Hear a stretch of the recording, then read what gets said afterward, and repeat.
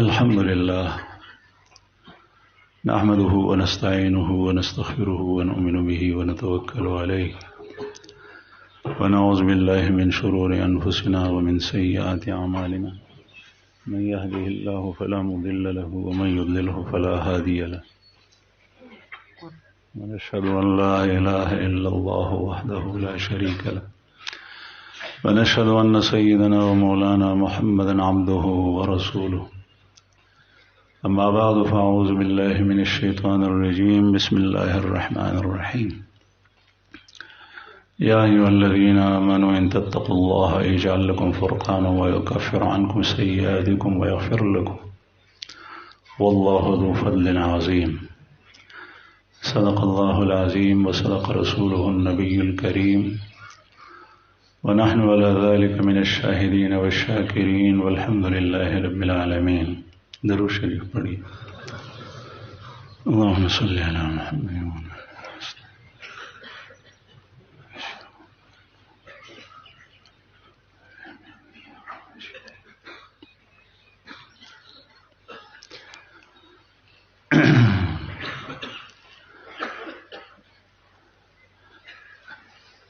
دنیا اور آخرت کے مسائل کا حل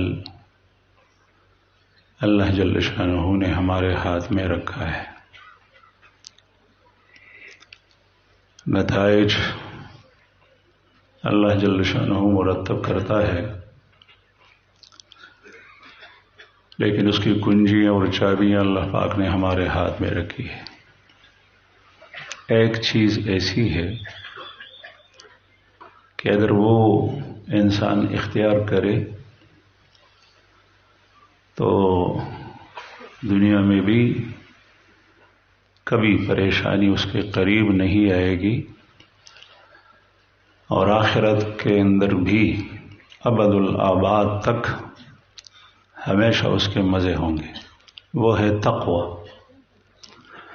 اللہ کا ڈر، اللہ کا خوف. تقوی جب آدمی اختیار کرتا ہے تو قرآن کریم میں جگہ جگہ اللہ جل شانہ نے اس پر اثرات اور نتائج مرتب کیے ہیں. دنیا کے اندر بھی ملتے ہیں اور آخرت کے اندر بھی. اور ہمارے حضرت دامت برکاتہم العالیہ اس پر تفصیلی بیان فرماتے ہیں. مختلف آیات سے وہ اچھے نتائج مرتب کر کے نکال کر بیان فرماتے ہیں.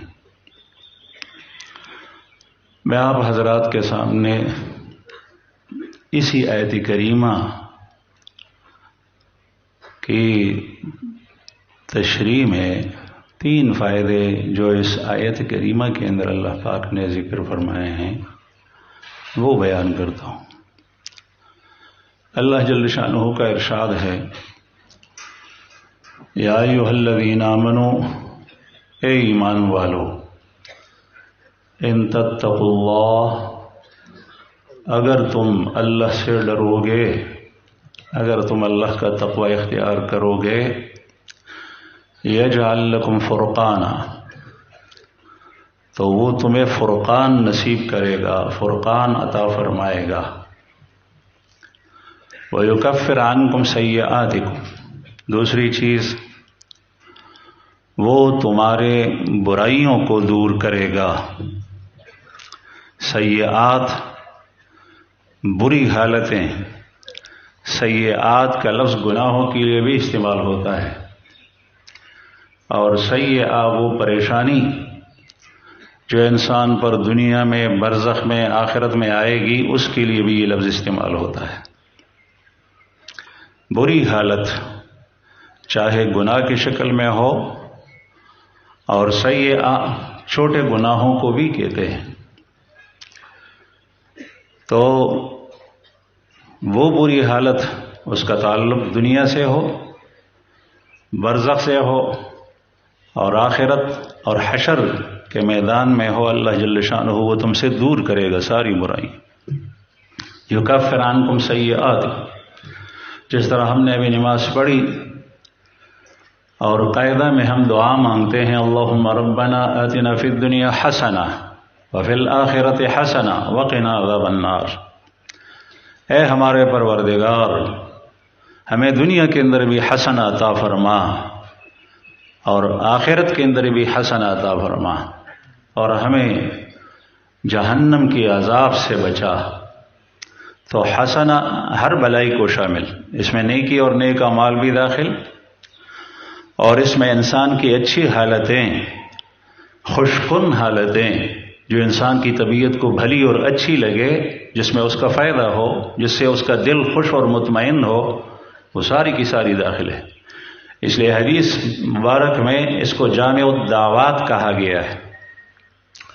تو بہرحال میں عرض کر رہا تھا کہ پہلی چیز اللہ پاک نے تقوی اختیار کرنے کے بعد جو ذکر کی ہے، اللہ کی طرف سے نتیجے کے طور پر جو تقوی کے اوپر مرتب ہوتی ہے، وہ ہے یجعل لکم فرقانا، تمہیں فرقان نصیب کرے گا اور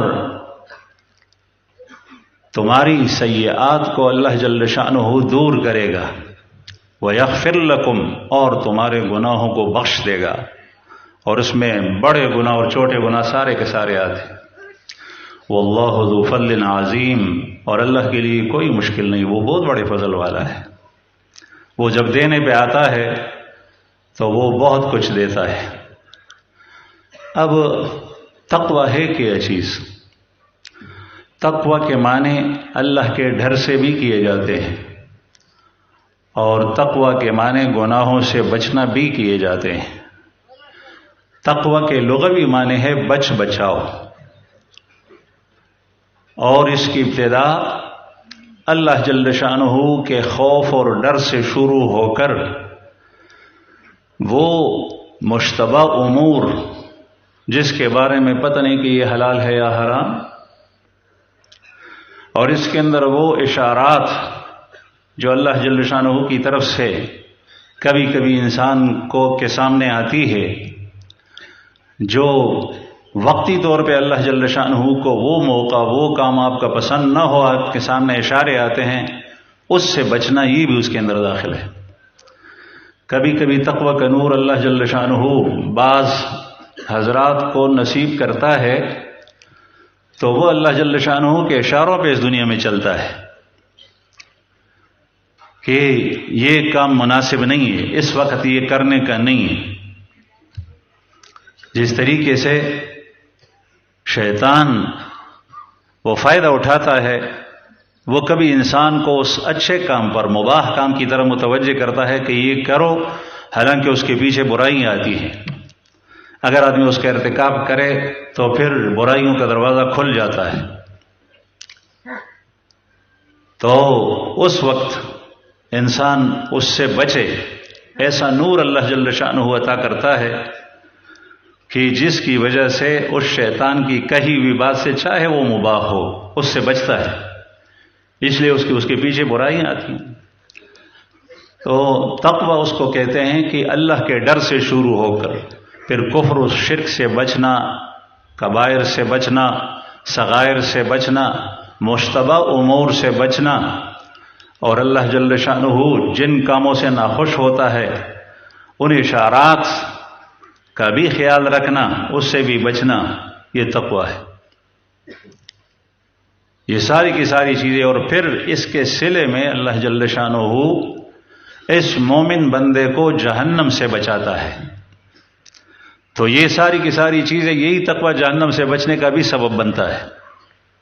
ان تتقوا اللہ، اور اس کے آسان معنی یہ کیے جاتے ہیں کہ اللہ جل شانہ کے ڈر سے وہ سارے کے سارے کام، اوامر مرضیات جس سے اللہ خوش ہوتا ہے اور اللہ کے رسول نے اس کے کرنے کا حکم دیا ہے، وہ کرنا، اور جن کاموں سے اللہ جل شانہ ناراض اور ناخوش ہوتا ہے اور اللہ پاک نے اس سے منع فرمایا ہے، اس نواہی سے اجتناب کرنا، اپنے آپ کو دور رکھنا، یہ تقوی ہے کہ انسان ان اوامر کو اختیار کرے اور اس نواہی سے اجتناب کرے جس سے اللہ اور اللہ کے رسول نے قرآن پاک میں، رسول اللہ صلی اللہ علیہ وسلم نے احادیث مبارکہ میں منع فرمایا ہے، اور یہ بہت ہی آسان ہے۔ الدین یسر، دین پر عمل کرنا بہت ہی آسان۔ شیطان کبھی کبھی انسان کے سامنے اس کو انتہائی مشکل دکھاتا ہے، اس پر تو کیسے عمل کرے گا، کیسے اس پر عمل کرے؟ حالانکہ ہم نے عصر کی نماز پڑھ لی، اس کے لیے وضو کیا، عصر کی نماز پڑھ لی، زندگی رہی، اللہ جل شانہ نے موقع دیا تو مغرب کی نماز کا وقت آئے گا، وہ بھی انشاءاللہ پڑھ لیں گے۔ ارادہ ہے اس کا پکا، اس لیے ایمان کا تقاضا ہے۔ یہ دو نمازیں ایک ساتھ نہیں ہیں، اور جو چیزیں ایک وقت میں ایک ساتھ کی جاتی ہے وہ ایسی ہے کہ جو جمع ہو سکتی ہیں۔ روزہ بھی ہے، نماز بھی پڑھ لی، یہ بہت ہی آسان ہے۔ روزہ اور نماز کے اندر کوئی منافات نہیں ہے، ایسا نہیں ہے کہ نماز پڑھو گے تو روزہ نہیں رہے گا، روزہ رکھو گے تو نماز نہیں پڑھ سکتے۔ الدین یسرن، دین بہت آسان ہے۔ اس لیے تقوی کے مطلب یہی ہے، ان تتقوا اللہ، اگر تم اللہ سے ڈرو گے، عبادات کے اندر بھی، معاملات کے اندر بھی، معاشرت کے اندر بھی، حقوق کی ادائیگی کے اندر بھی، اخلاقیات کے اندر بھی اللہ جل شانہ سے ڈرو گے، اللہ سے ڈرو گے، تو تمہیں یہ نتائج جو آگے آ رہے ہیں وہ اللہ جل شانہ دے گا، عنایت فرمائے گا۔ اور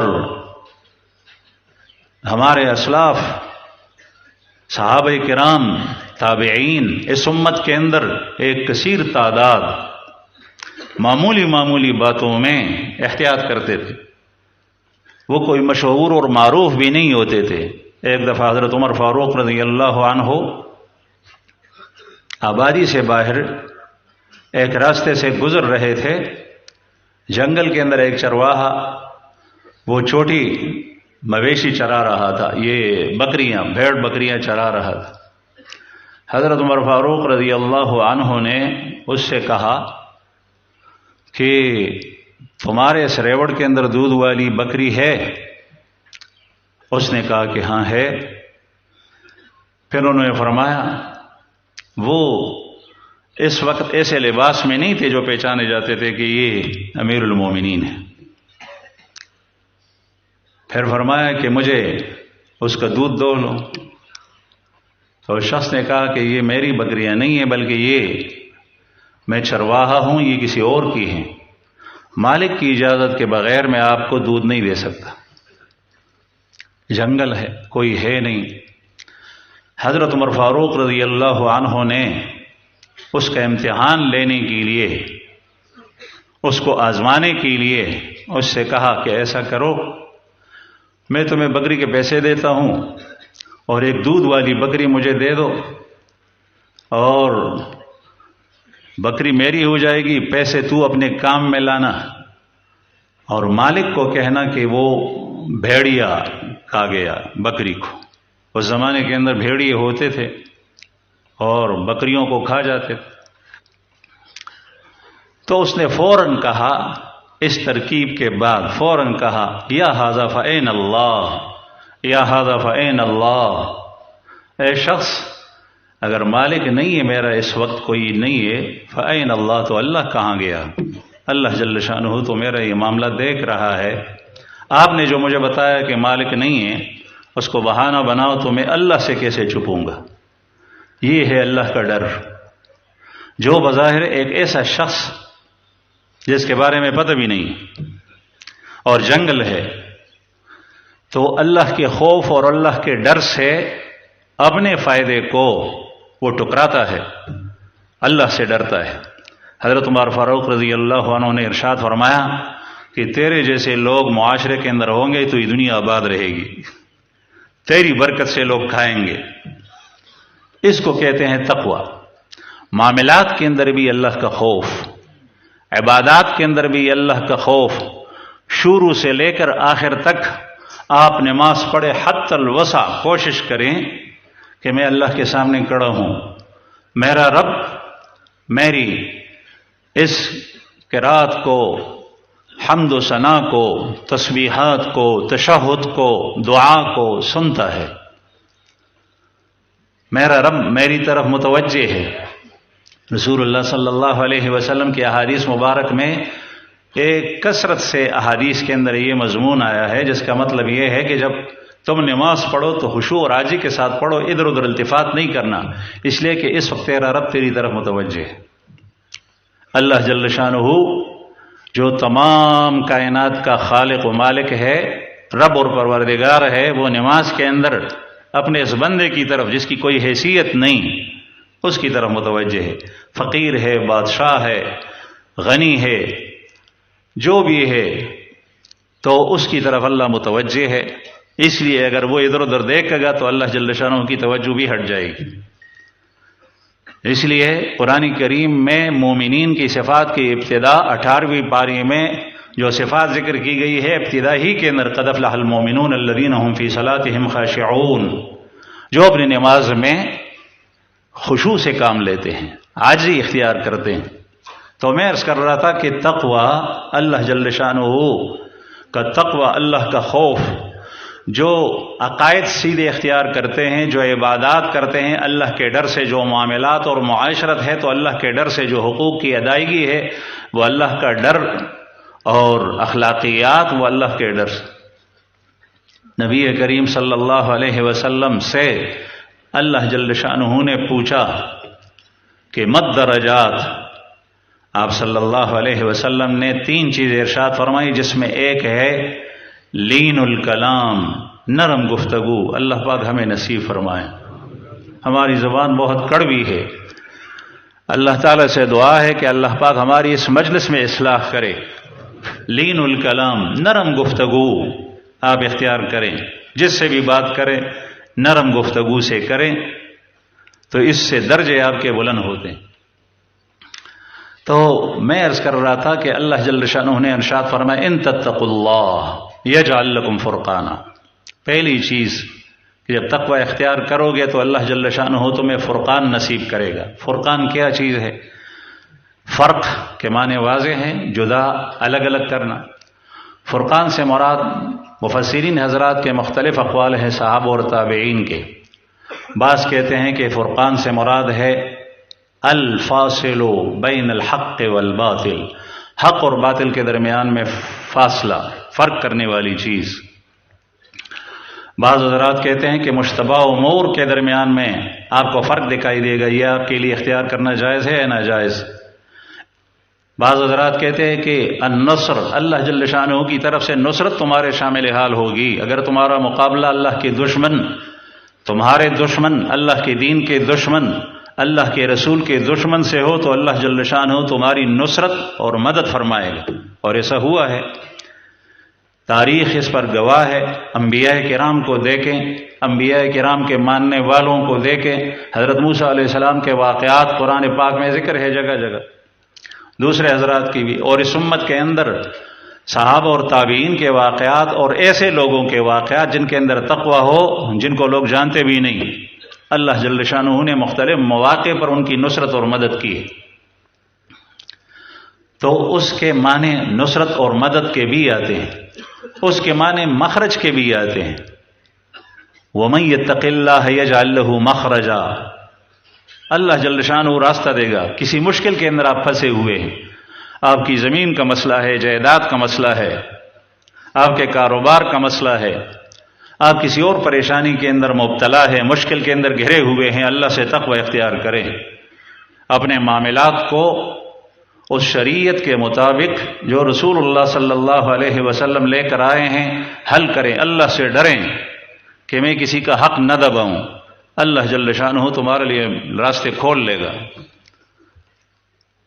یجعل لہ مخرجا، تو فرقان کے معنی مخرج کے بھی کیے گئے ہیں، اور فرقان کے معنی یہ بھی کیے گئے ہیں کہ اللہ جل شانہ آخرت کے اندر تمہارے اور تمہارے دشمنوں کافروں کے درمیان میں فرق کرے گا۔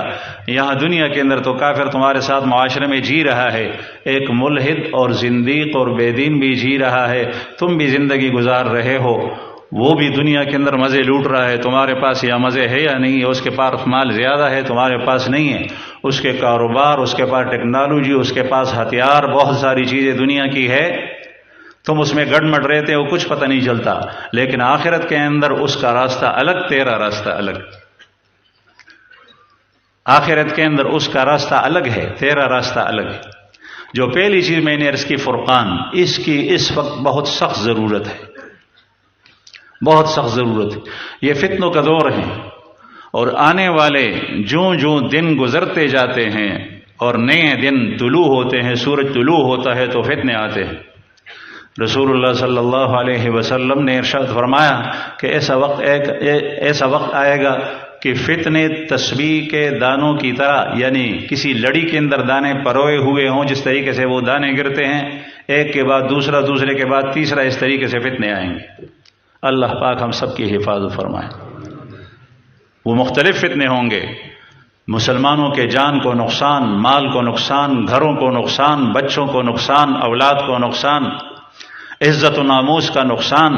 سب سے بڑا نقصان فتنے کا یہ ہے کہ انسان کے ایمان کو نقصان پہنچے۔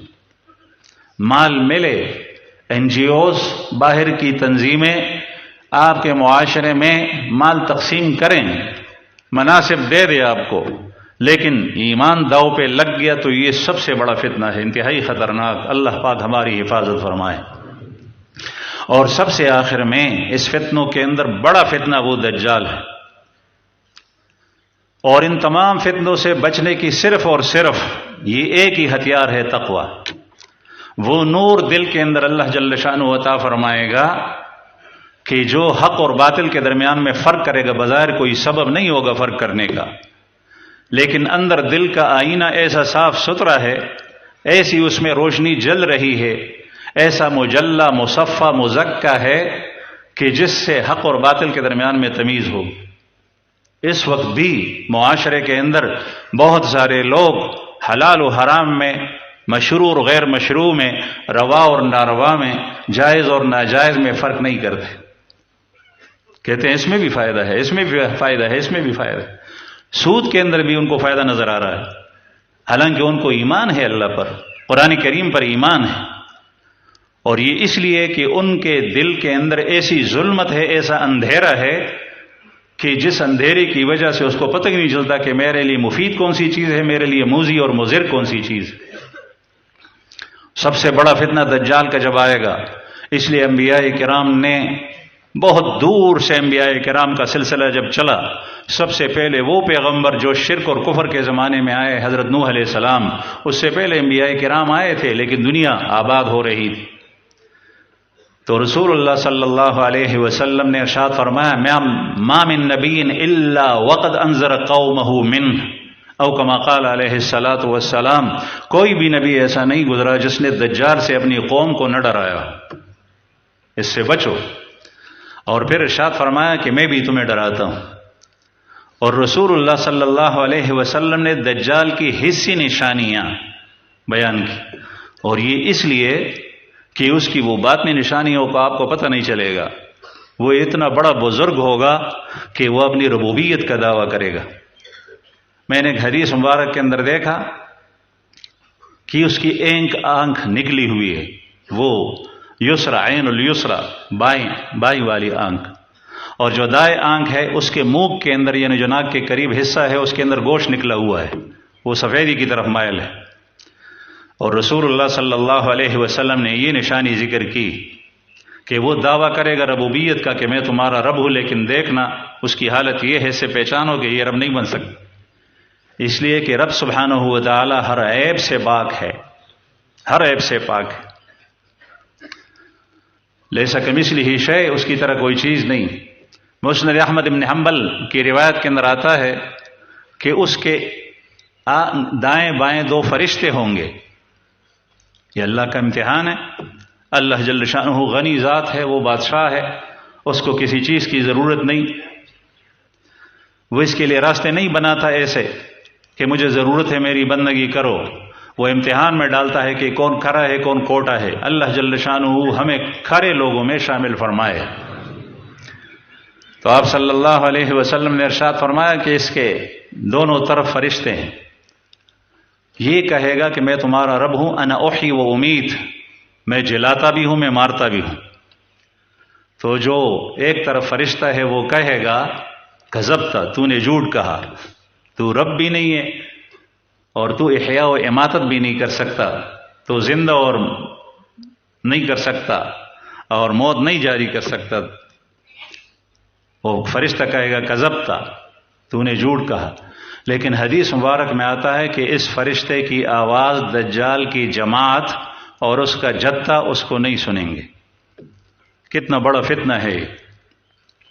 اس لیے کہ جب ایک دفعہ وہ قریب ہوئے، کسی گناہ اور کسی بری صحبت کے قریب نہ جائیں، اپنی پہلوانی اللہ کے سامنے پیش نہ کرے کہ مجھے کچھ نہیں ہوتا، غیر ضروری طور پہ گناہ سے دور رہیں، گناہ کے مجالس سے دور رہیں، گناہ والوں سے دور رہیں، ان عورتوں سے دور رہیں جو ننگے سر پھرتی ہیں۔ اگر قریب گئے تو پھر اس وقت دلوں کے اوپر پردے چھا جاتے ہیں، اندھیرا آتا ہے، پھر حق و باطل، جائز اور ناجائز کے درمیان میں تمیز نہیں ہوتی۔ اس لیے جو شخص دجال کے جتھے میں شامل ہوگا وہ فرشتے کی اس آواز کو نہیں سنے گا۔ دوسرا فرشتہ اس پہلے فرشتے کو کہے گا کہ صدقتا، تو نے سچ کہا کہ یہ رب نہیں ہے اور یہ موت اور زندگی داری نہیں کر سکتا۔ یہ آواز لوگ سنیں گے تو وہ لوگ کہیں گے کہ یہ تو واقعی، یہ اس کی تصدیق ہو گئی، یہ واقعی ایسا ہے۔ یہ کتنا بڑا فتنہ ہے! اس لیے تو رسول اللہ صلی اللہ علیہ وسلم نے اور حضرت نوح علیہ السلام نے اور اس کے بیچ میں جو انبیاء کرام آئے ہیں وہ سارے کے سارے سمجھاتے رہے کہ اس سے بچے رہو۔ لیکن یاد رہے کہ جس کے دل کے اندر یہ نور ہے فرقان کا، جس نے تقوی اختیار کیا ہے، وہ فرقان صفت رکھنے والا شخص، وہ نور رکھنے والا شخص دل میں اس دجال کو پہچانے گا، اس کے قریب بھی نہیں جائے گا۔ اس کی پیشانی کے اوپر وہ ان پڑھ ہوگا، وہ کسان ہوگا، وہ ریڑھی والا ہوگا، وہ دکاندار ہوگا، لیکن اس کے دل میں تقوی ہے، وہ جانے گا کہ یہ دجال ہے۔ وہ کافر کے لفظ کو بھی پڑھے گا، اس کی پیشانی پر لکھا ہوا ہے، اس کے حلیے کو بھی دیکھے گا، اور وہ یہ آوازیں بھی فرشتوں کی سنے گا۔ دوسرے لوگ جو اس کے جماعت میں آئیں گے جن کے اندر تقوی نہیں ہے وہ اس کو نہیں سمجھیں گے۔ اس لیے یہ نور تقوی کا ابھی سے حاصل کرو، فرقان تمہیں حاصل ہوگا، اللہ جل شانہ فتنوں سے حفاظت فرمائے گا۔ اللہ پاک تقوی کا نور، تقوی کی صفت ہمیں نصیب فرمائے۔ گزشتہ امتوں کے اندر بھی مختلف جماعتوں کے ساتھ اللہ کی مدد آئی، افراد کے ساتھ آئی، پوری جماعت اور پوری قوم ایک طرف اور ایک فرد ایک طرف ہے، لیکن اس میں تقوی ہے، اللہ جل شانہ نے اس کو الگ کر دی۔ فلما اعتزلهم وما كانوا يعبدون من دون اللہ، اصحاب کاف نے جب تقوی اختیار کیا، اللہ جل شانہ کی وحدانیت کے قائل ہوئے دل اور زبان سے اور الگ ہو گئے، تو اللہ جل شانہ نے الگ ہی رکھ، ان سے محفوظ کر دیا۔ حضرت موسیٰ علیہ السلام کے ماننے والے اللہ جل شانہ نے ان کو دریا سے پار کر دیا، دریا کے اندر راستے نکل آئے اور یہ الگ ہو گئے۔ ابو مسلم خولانی، خولان قبیلے یمن کے رہنے والے، رسول اللہ صلی اللہ علیہ وسلم کے بعد حضرت صدیق اکبر کی دور خلافت میں یمن کے ظالم اور کافر اور مشرک بادشاہ نے ان کو گھیرا اور آگ جلائی اور اس بڑے جلاؤ کے اندر ان کو ڈالا، لیکن اللہ پاک نے صاف بچا دیا ابراہیم علیہ السلام کی طرح، اور وہاں سے نکل کر مدینہ منورہ تشریف لائے۔ اطلاع پہلے پہنچی تھی، حضرت عمر رضی اللہ عنہ تلاش میں تھے، رسول اللہ صلی اللہ علیہ وسلم کی قبر اطہر کے پاس ایک آدمی تشریف رکھا ہوا ہے، تشریف فرما ہے، سر اس کا جھکا ہوا ہے۔ تو عمر رضی اللہ نے پوچھا کہ بھئی تم کون ہو؟ اس نے کہا میں یمن کا شخص۔ حضرت عمر فاروق رضی اللہ عنہ نے کہا کہ وہ شخص تم جانتے ہو جس کو بادشاہ نے آگ کے اندر ڈالا لیکن اللہ نے اس کو بچایا؟ مجھے تو ایسا لگ رہا ہے کہ تو ہو۔ تو چار و ناچار اس نے اپنا تعارف کرایا، اور پھر حضرت صدیق اکبر کے پاس لے جائے، گلے میں لایا، حضرت صدیق اکبر کے پاس لے گئے، اور حضرت ابوبکر صدیق رضی اللہ عنہ سے عمر رضی اللہ عنہ نے فرمایا کہ یہ وہ شخص ہے جس نے حضرت ابراہیم علیہ السلام کی یاد تازہ کر دی۔ ہمیں رسول اللہ صلی اللہ علیہ وسلم کی امت میں اللہ پاک نے وہ شخص دکھایا جس نے ابراہیم علیہ السلام کی یاد تازہ کر دی۔ یہ تقوی ہے۔ تقوی ہو تو اللہ جل شانہ کی پشپنائی ہوتی ہے، پیٹھ کے اوپر اللہ جل شانہ کی نصرت اللہ تعالیٰ کسی کے حوالے نہیں کرے گا۔ تو پہلا فائدہ وہ یجعل لکم فرقانا، تمہیں فرقان دے گا۔ اور فرقان کے دوسرے معنی کی تشریح نہیں کرتا، ایک معنی کی کرتا ہوں، وہ یہ کہ قیامت کے اندر مومن الگ ہوں گے اور کافر الگ ہوں گے،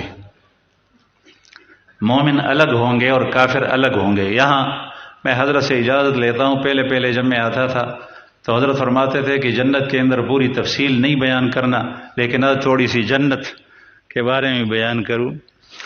تو اس لیے کہ یہاں سے میں راستے سے گزرتا ہوں تو ایک شخص ہے ہمارے ساتھیوں کے پیچھے لگا ہوا ہوتا ہے، وہ ان سے کہتا ہے کہ اس کو کہہ دو شاہ صاحب کو کہ ہمیں جنت کی بھی سیر کرائے ورنہ ہمارے دل تو پٹ جائیں گے۔ کڑوی کڑوی سنتے ہیں، کچھ میٹھی میٹھی باتیں بھی ہوں۔ تو اللہ جل شانہ قیامت کے دن آپ حضرات کو، مومنین کو جو تقوی لے کر گئے ہیں، وہ کافروں کے اندر گڑبڑ نہیں کرے گا۔ مومن الگ ہوں گے، کافر الگ ہوں گے۔ مومن جنت میں جائیں گے اور کافر جہنم میں جائیں گے۔ جنتوں کے اندر جو کچھ اللہ نے مومنین کے لیے رکھا ہے، آدمی کو شرم اور حیا آتی ہے۔ ہمارے حضرت دامت برکاتہم العالیہ وہ اکثر و بیشتر ارشاد فرماتے ہیں، مجھے تنہائی اور اکیلے کے اندر بھی کہ ہم دنیا کے اندر کام نہ کریں اور جنت جائیں تو پھر اللہ کے سامنے کیا منہ دکھائیں گے؟ ہم نے کیا ہے؟ اس لیے دن رات کو اپنے آپ کو بھی تکاتے ہیں، ساتھیوں کو بھی تکاتے ہیں، تاکہ یہاں اس تھوڑی سی زندگی کے اندر اپنے آپ کو تکائیں، پھر وہاں جب مزے لیں گے تو کم از کم ہماری آنکھیں تو اونچی ہو۔ اللہ جل شانہ بہت مہربان ہے، اس نے جنت کے اندر کیا کچھ رکھا ہے۔ اعددت لعبادی الصالحین ما لا عین رأت ولا اذن سمعت ولا خطر علی قلب بشر، میں نے اپنے نیک بندوں کے لیے جنت کے اندر وہ کچھ رکھا ہے ما لا عین رأت، جو آنکھوں نے دیکھا نہیں ہے۔ آپ نے دنیا کے اندر اچھی چیزیں دیکھی ہوگی، جو حضرات جہازوں کے سفر کیے ہوئے ہیں، امریکہ اور فرانس اور یورپ چلے گئے ہیں، خلیج ملکوں میں گئے ہیں، بڑی اچھی عمارتیں، مختلف قسم کی چیزیں دیکھی ہوں گی، لیکن رسول اللہ صلی اللہ علیہ وسلم نے ارشاد فرمایا، حدیث قدسی ہے، اعددت لعبادی الصالحین ما لا عین رأت، جو آنکھوں نے دیکھی نہیں، ولا اذن سمعت، اور کانوں نے سنا نہیں۔ یعنی جو کچھ ہم قرآن پاک میں سنتے ہیں، رسول اللہ صلی اللہ علیہ وسلم کی احادیث مبارکہ میں سنتے ہیں، کسی سے جنت کے بارے میں کوئی تشریح سنتے ہیں، جنت کے اندر چیزیں اور حقائق ایسی نہیں ہیں، وہ بیان میں نہیں آتی۔ اور اللہ جل شانہ نے اپنے کلام پاک میں صرف ہمارے سمجھانے کے لیے ہمارے الفاظ کے اندر جس کو ہم سمجھتے ہیں اس میں ذکر کیا ہے کہ جنت میں شہد ہوگی، اور جنت کے اندر یہ دودھ کی نہریں ہوں گی، اور جنت کے اندر رومان اور انار ہوں گے۔ وہ حقیقت وہ اللہ ہی جانتا ہے، اور اس کا تعلق دیکھنے سے اللہ پاک ہمیں لے جائے، ایسے اعمال کی توفیق عطا فرمائیں جو جنت میں جانے کا سبب بنے، اور اللہ پاک اپنے فضل و رحمت سے ہمیں لے جائے، وہاں پر جا کر پتہ چلے دنیا کے اندر نہ وہ آنکھ نے دیکھی ہے، نہ کان نے سنی ہے، ولا خطر علی قلب بشر، اور نہ کسی کے دل میں اس کا خیال آیا ہے۔ وہ اردو کے اندر کہتے ہیں کہ خیالی گھوڑے آدمی بہت دور دور تک دوڑا سکتا ہے۔ آپ اچھے سے اچھا بلڈنگ خیال میں تصور کر سکتے ہیں، سونے چاندی کا بنا ہوا، اچھے سے اچھی عمدہ سے عمدہ خوراک اور طعام آپ ذہن میں لا سکتے ہیں، عمدہ سے عمدہ حکومتیں، باغات اور خوشنما مناظر وہ آپ اپنے تصور میں لا سکتے ہیں، لیکن جتنا بھی آپ لے آئیں تو جنت ایسی نہیں ہے، اس سے وراء الورا ہے، اس سے اوپر ہے، اس سے اعلیٰ ہے۔ ولا خطر علی قلب بشر، وہاں پر کافر جہنم میں ہوں گے، اللہ پاک ہمیں بچائے، اور مومن جنت میں ہوں گے۔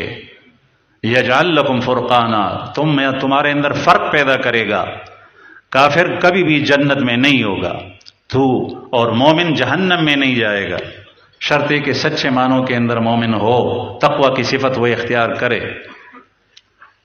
جنت کے اندر پینے کی کس قسم کی نہریں ہوں گی، اور جہنم کے اندر جہنمیوں کے پینے کی چیز پانی نہیں ہوگا، اللہ پاک ہماری حفاظت فرمائے، غسلین ہوگا۔ ایک حدیث مبارک میں دیکھ رہا تھا کہ جو لوگ شراب سے مزے لے لے کر دنیا کے اندر پیتے ہیں، وہ جہنم کے اندر جا کر ان عورتوں کی شرمگاہوں سے، جو زانی عورتیں ہیں، مومسات ہیں، اس سے جو پیپ اور خون بہتا ہے وہ پئیں گے۔ یہاں شراب کے مزے لیتے ہیں، من شرب الخمر لم يقبل اللہ لہ صلاۃ 40 صباحا، جو شخص شراب پیتا ہے، نشہ کرتا ہے، تو وہ 40 دن تک اس کی نماز قبول نہیں ہوتی۔ ابتداء والوں سے میں کہتا ہوں کہ تمہارے ہاں شراب تو نہیں ہے لیکن چرس ہے، اس چرس کی کاشت کو چھوڑو، اس کی جگہ پر جو ہے وہ تمہاری زمین کے اندر آلو ہوتے ہیں، سبزیاں ہوتی ہیں، مختلف قسم کی چیزیں ہوتی ہیں۔ اگر آپ کہتے ہیں کہ پانی نہیں ہوتا تو آپ کمر کس لیں، باندھ لیں۔ اگر سارے کے سارے ان چیزوں کو کاشت کرنا اختیار کریں گے اور یہ گندی چیز چھوڑیں گے تو اللہ جل شانہ کی طرف سے وقت وقت پر بارش ہوگی، اللہ پاک زمین کے اندر جو ہے وہ مختلف قسم کی فصلیں اگائے گا۔ اور اگر تم اکیلے ان چیز سے بچو گے تو اللہ جل شانہ تمہاری مدد فرمائے گا۔ تمہاری بظاہر کمائی کم ہوگی لیکن اس میں وہ برکت ہوگی جس کو لاکھ اور کروڑوں ملنے میں وہ برکت نہیں ہوگی۔ یہ گنتی نہیں ہے، یہ تو کافروں کا کام ہے کہ وہ مال جمع کرتا ہے، وہ عددہ گن گن کے رکھتا ہے، گن گن کے رکھتا ہے۔ یہ ایک نشہ ہے اور یہ تو مصیبت ہے، اپنے آپ کو مصیبت کے اندر پھنسایا ہوا ہے۔ تو میں عرض کر رہا تھا کہ جنت کے اندر مزے ہی مزے ہیں، جہنم کے اندر کافر انتہائی بدصورت، اس کی شکل سے ڈریں گے، اور جنت کے اندر انتہائی حسین ترین، دنیا کے اندر کالا ہے عجوے کھجور کی طرح، لیکن جنت گیا تو وہ حسین و جمیل بنے گا۔ اس کی عمر 30 اور 33 سال کے لگ بھگ ہوگی۔ جردم مردن مکحلین، سرما لگانے کی ضرورت نہیں ہوگی جنت میں، وہ خود بخود ہر جنتی ایسا ہوگا جس طریقے سے سرما آنکھوں میں ڈلا ہوا ہے۔ رسول اللہ صلی اللہ علیہ وسلم کے بارے میں صحابہ کرام نے جب آپ صلی اللہ علیہ وسلم کی صورت مبارکہ کی بیان کی ہے تو بعض حضرات نے فرمایا اکحل العینین، اکحل العینین، آپ کی مبارک آنکھیں ایسی تھی کہ جس طریقے سے سرما ڈلا ہوا ہے۔ جنت کے اندر ایسی حالت ہوگی، حسین و جمیل ہوں گے سارے۔ ایک حدیث مبارک یاد آئی، مسلم شریف کے اندر بھی ہے، اس میں تھوڑی سی تفصیل کم ہے، مسند احمد بن حنبل کے اندر ہے، اس میں تفصیل زیادہ ہے۔ حضرت سعید بن مسیب رحمہ اللہ تابعی ہیں، کئی صحابہ کرام سے انہوں نے علمی فیض حاصل کیا، علوم حاصل کیے۔ وہ فرماتے ہیں کہ ایک دفعہ میں حضرت ابو ہریرہ رضی اللہ عنہ کے ساتھ بازار گیا تھا، جمعے کا دن تھا، کوئی ضروری چیز حضرت ابو ہریرہ رضی اللہ عنہ نے لینی تھی تو میں ساتھ تھا۔ ابو ہریرہ رضی اللہ عنہ مجھے راستے میں فرماتے ہیں، رسول اللہ صلی اللہ علیہ وسلم کے صحابی ہیں، اور حضرات محدثین کہتے ہیں کہ رسول اللہ صلی اللہ علیہ وسلم سے کثرت سے احادیث حضرت ابو ہریرہ رضی اللہ عنہ لی ہے، 5374 احادیث روایت ہے، اب بھی مرویات ان کی جمع ہے۔ کہتے ہیں کہ مجھے انہوں نے فرمایا کہ سعید دعا کرو کہ اللہ جل شانہ مجھے اور تمہیں جنت کے بازار میں جمع فرمائیں، اللہ پاک مجھے اور تمہیں جنت کے بازار میں جمع فرمائیں۔ میں نے حیرانگی سے پوچھا کہ حضرت جنت کے اندر بازار ہوں گے؟ اس لیے کہ بازار میں تو چیزیں پیسوں سے ملتی ہے، اور سنا ہے کہ جنت کے اندر ساری چیزیں مفت ہوں گی، تو پیسوں سے اگر ہوا تو پھر تو غریب کو کوئی چیز نہیں ملے گی، پیسوں والوں کو ملے گی۔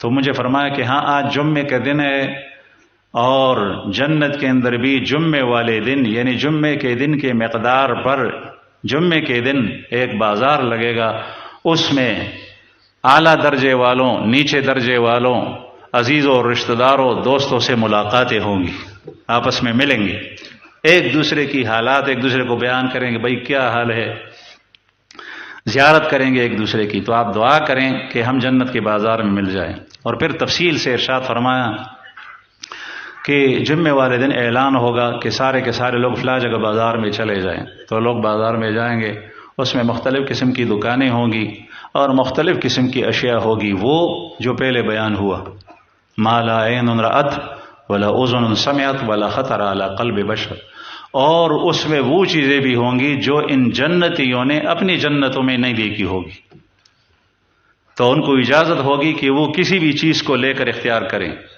اگر اپنی اس صورت پر وہ قانی نہیں ہیں تو اس دکانوں کے اندر صورتیں ملیں گی، وہ بھی آپ پہن سکتے ہیں، یہاں پر قبا پہن لے، اور صدری پہن لے اور کپڑے پہن لے، سوٹ پہن لے، یہ اچھا لگتا ہے یا یہ؟ وہاں پر صورتیں پہنائی جائے گی، صورت بدل ہو جائے گی۔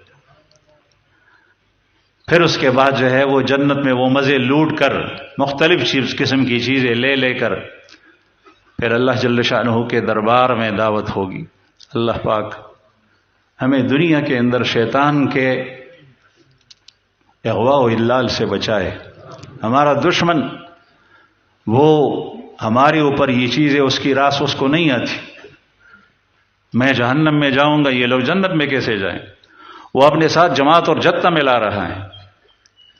جو گناہ آپ کریں گے، شیطان آپ کو جنت سے جو اللہ جل شانہ نے آپ کے لیے رکھی ہے اس کو آپ سے ہٹا رہا ہے، دور کر رہا ہے۔ اللہ جل شانہ کی طرف سے دعوت ہوگی۔ وہ دعوت کیسے ہوگی؟ جو اللہ جل شانہ نے کی ہے، اور اس میں مختلف کرسیاں، منابر، بیٹھنے کی جگہ، نشستیں رکھی ہوگی۔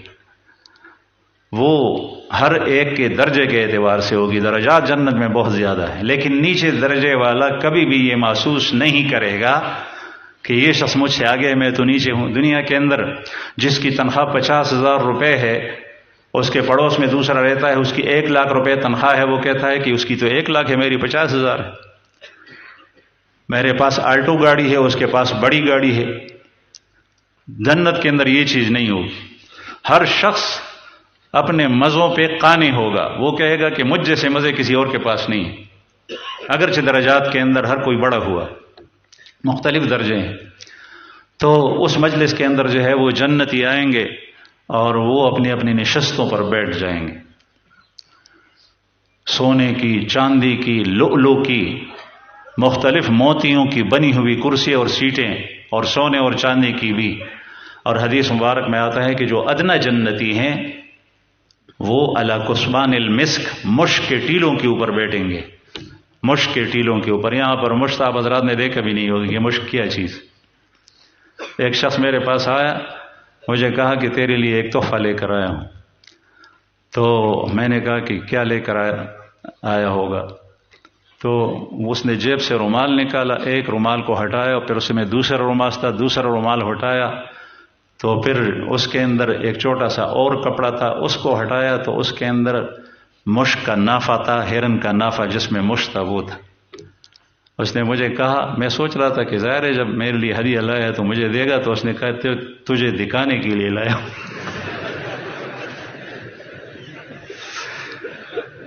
کہ رسول اللہ صلی اللہ علیہ وسلم نے احادیث میں اس کا تذکرہ کیا ہے اور آپ کو پسند تھا، تو میں نے کہا آپ بھی دیکھیں میں نے کچھ نہیں کہا، لیکن اس کو سونگا، واقعی وہ سچ مچ مشت۔ تو ہم مشک کی عطر تو دیکھتے ہیں، لیکن اصل مشک وہی ہے جو ہرن کے نافے کے اندر ہوتا ہے۔ اور وہاں مشک کے ٹیلے ہوں گے، اس ٹیلوں کے اوپر جنتی بیٹھے ہوں گے، وہ کہیں گے کہ ہم سب سے زیادہ مزوں کے اندر ہیں۔ پھر اس مجلس میں اللہ جل شانہ ہر ایک سے باتیں کرے گا، ہر گٹھیے سے گٹھیا آدمی معاشرے کے اندر جس کا کوئی پوچھنے والا نہ ہو لوگوں کی نظروں میں، اس سے بھی ہمارا رب خالق السماوات والارضین، رب السماوات والارضین گپ شپ لگائے گا، باتیں کرے گا۔ میرے بندے کیا حال ہے، کیسا ہے؟ تو ان باتوں میں یہ بھی فرمائے گا کہ یاد ہے فلاں وقت تجھ نے یہ گناہ کیا تھا، اس کا رنگ پیلا پڑ جائے گا۔ وہ سمجھے گا کہ اب میرے بارے میں فیصلہ ہوگا کہ اس کو یہاں سے اٹھا کر جہنم پھینک دوں۔ تو وہ کہے گا کہ یا اللہ کیوں تو نے مجھے معاف نہیں کیا وہ گناہ؟ وہ مجلس گپ شپ کی ہوگی، اس لیے وہ بھی بول پڑے گا۔ تو اللہ پاک ارشاد فرمائے گا کہ معاف تو کی، اس لیے تو جنت میں لے کر آیا ہوں، لیکن یہ گفتگو اس جنتی کے علاوہ کوئی اور نہیں سنے گا، کہ اس کا پردے میں بھی رہے، افشا نہ ہو۔ ہمارا رب اتنا مہربان ہے، اس مہربان رب کو چھوڑ کر ہم کسی اور کی طرف جا رہے ہیں۔ اللہ جل شانہ نے صاف فرق کیا ہے، یہ تھوڑی دیر کی زندگی ہے دنیا کے اندر، 60 سال 70 سال کی زندگی، اس کو دنیا کی گندگیوں میں، کاروبار کے اندر مختلف قسم کی سوچیں ہیں، دماغ کپ رہا ہے، صلاحیتیں ضائع ہو رہی ہیں، آخرت کو اور اللہ کی رضا اور خوشنودی کو بھول چکے ہیں، جو نعمتیں اللہ پاک نے رکھی ہیں وہ اس کی طرف دھیان ہی نہیں کرتے۔ تو رب تعالیٰ فرمائے گا کہ میرے بندے میں نے معاف کیا، اس لیے تجھے یہاں پر لے کر آیا ہوں۔ ہر شخص کے ساتھ گفتگو ہو۔ یہاں پر ہم ترستے ہیں کہ ہمارے شیخ، ہمارے استاذ ہماری طرف دیکھیں، ہمارے ساتھ مصافحہ کریں، ہمارے ساتھ بات کریں، لیکن انسان ہے وہ کس تک پہنچے گا؟ اور اللہ جل شانہ وہ سب کچھ کر سکتا ہے، وہ ہر چیز پر قادر ہے، وہ ہر ایک کے ساتھ گفتگو فرمائے گا۔ پھر اس کے بعد وہ جنتی کہیں گے کہ اوپر سے بادل آئیں گے۔ بادل آئیں گے تو لوگ دیکھیں گے کہ یہ کہ وہ عجیب قسم کے بادل ہوں گے۔ جب وہ آئیں گے تو سر پر کھڑے ہو کر جو ہے وہ اچانک اس سے اس قسم کی عطر کی بارش ہوگی کہ جو اس سے پہلے کبھی ہم نے دیکھا نہیں۔ ایسی بارشیں برسی، سارے لوگ معطر ہو جائیں گے۔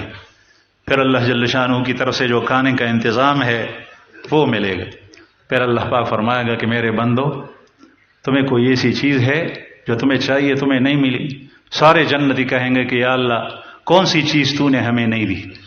ساری چیزیں دی ہیں، ہر ایک چیز ہے، ہمارے تو ذہن میں بھی نہیں آ رہا۔ تو دو احادیث الگ الگ ہیں۔ ایک میں یہ ہے کہ میری رضا، میں ہمیشہ تم سے خوش ہوں گا، کبھی ناراض نہیں ہوں گا، اللہ پاک ہم سے راضی ہو جائے۔ اور روایت میں آتے دونوں چیزیں ہوگی۔ ایک حدیث کے اندر ہے کہ اللہ جل شانہ اپنی زیارت اور دیدار کرے گا کہ میں تمہیں اپنی زیارت کراتا ہوں، تو جیسے اللہ کی زیارت ہوگی اللہ پاک ہمیں نصیب فرمائے۔ اللہ کی زیارت ہوگی تو جنتوں کی حالت ہی دوسری ہو جائے گی۔ وہ حیران ہوں گے کہ ایسی چیز اور ایسی نعمت تو ہمیں کبھی ملی نہیں تھی۔ ہمارا رب اللہ ہے، وہ رب ہے، وہ خالق ہے، وہ اتنا جمیل ہے، اتنا جمیل ہے کہ انسان تصور ہی نہیں کر سکتا۔ اللہ جل شانہ کی زیارت ہوگی، پھر اس کے بعد جنتیوں کی اجازت ہوگی کھانا کھانے کے بعد اپنے اپنے گھروں میں چلے۔ جب ہم اپنے گھر آئیں گے تو گھر والے کہیں گے کہ تم تو گئے تھے تو تم سے اور خوشبو آ رہی تھی اور تمہارا چہرہ کسی اور طرح تھا، اب تو اس سے زیادہ حسین ہو گیا ہے، کھل گیا ہے، اور خوشبوئیں بھی عجیب قسم کی ہیں۔ وہ کہیں گے کہ تمہیں دیکھ کر جو ہے وہ ہم سوچتے ہیں کہ تم تو اس طریقے سے نہیں تھی جس طریقے سے اب ہو، تمہارے اندر بھی تبدیلی آئی۔ یہ ایک حدیث مبارک میں ایک ہی بازار کا تذکرہ ہے۔ وہ جنت کیسے ہوگی؟ وہ نہ ختم ہونے والی زندگی ہے اور اس کا تعلق بیان کرنے سے نہیں ہے۔ میں صرف اتنا عرض کر رہا تھا وَيَجْعَلْ لَكُمْ فُرْقَانًا إِن تَتَّقُوا اللَّهَ يَجْعَلْ لَكُمْ فُرْقَانًا۔ اگر تم اللہ سے ڈرو گے، اللہ کا تقوی اختیار کرو گے چند دنوں کے لیے، یہی کافر اور مشرک کہیں گے کہ دنیا کے اندر کوئی زندگی تھی ہماری، ہم نے صرف آدھا دن یا ایک دن رہے، اتنی طویل زندگی آخرت کی ہوگی، ایک ایک دن اتنا بڑا ہوگا کہ اس کو دنیا کی عمر کو بہت کم تصور کریں گے۔ تو یہ اللہ جل شانہ کبھی بھی کافروں جیسا حشر مومنین کا نہیں کرے۔ افمن کان مؤمنا کمن کان فاسقا، کیا مومن اور فاسق دونوں برابر ہوں گے؟ اللہ جل شانہ نے استفہام انکار سے فرمایا۔ اللہ جل شانہ کا عدل تصور کر کے تمہارے ذہن میں یہ کبھی آ سکتا ہے کہ کافر اور مومن دونوں برابر ہوں گے؟ ہرگز ایسا نہیں ہوگا۔ اللہ جل شانہ ہمیں تقوی نصیب فرمائیں۔ یہاں پر جو بیانات ہوتی ہے محترم وہ غور سے سنا کریں اور اس پر یہی سے اپنے پلے کو گرا باندھے کہ مجھے ان باتوں پر عمل کرنا ہے، اپنے نظریات اور عقائد کے اندر، اپنے معاملات اور عبادات کے اندر، اپنی معاشرت اور اخلاق کے اندر مجھے آج کے بعد تبدیلی لانی ہے۔ انشاءاللہ آپ کی دنیا کی زندگی بھی خوشگوار گزرے گی اور آخرت کے اندر بھی سب کچھ اللہ دے گا۔ وآخر دعوانا الحمدللہ۔